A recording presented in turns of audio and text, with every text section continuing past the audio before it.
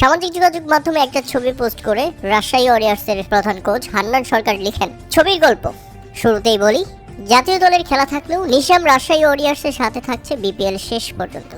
নিশামকে যখন রিকোয়েস্ট করলাম কোনোভাবে থাকা যায় কিনা, সে নিজেও আগ্রহ দেখাচ্ছিল, কিন্তু নিশাম আগ্রহ দেখালেই তো শুধু হবে না। দিন শেষে জাতীয় দলের খেলা, নিশামকে যেতেই হতো। আমাদের দলে নিশামের মতো একজনকে ওই পজিশনে খুব দরকার, তা সবাই জানতাম। তাই যতটা চেষ্টা করার সুযোগ ছিল আমরা করেছি। বাকি যত প্রসেস সব নিশাম নিজে করেছে।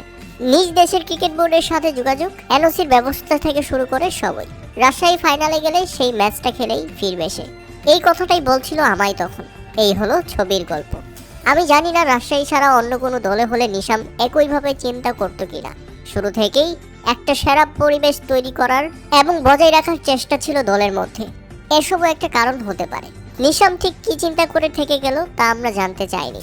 শুধু এতটুকু জানি, বিপিএল নিয়ে যখন নানান কথা চারদিকে, ওই সময়ও নিশামের মতো একজন তারকা খেলোয়াড় নিজ দেশের খেলা ছেড়ে বিপিএলে থেকে যাওয়ার কথা ভেবেছে।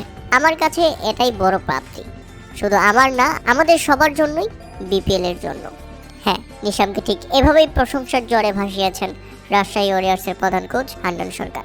কেননা নিশাম ভারত সফরকে প্রত্যাখ্যান করে নিজের ক্রিকেট বোর্ডকে বুঝিয়ে বাংলাদেশে বিপিএল খেলতে এসেছে এবং শেষ পর্যন্ত থেকে গেছে।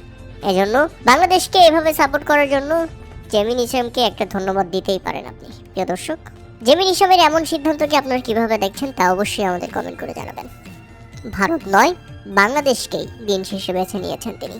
আর আমরা দেখছি গত রাতে যে দলে থাকার কথা ছিল জেমি নিশামের, সেই দলটা ভারতের বিপক্ষে ওয়ানডে সিরিজ জিতে নিয়েছে। সেটা আরেকটা আনন্দের বিষয়।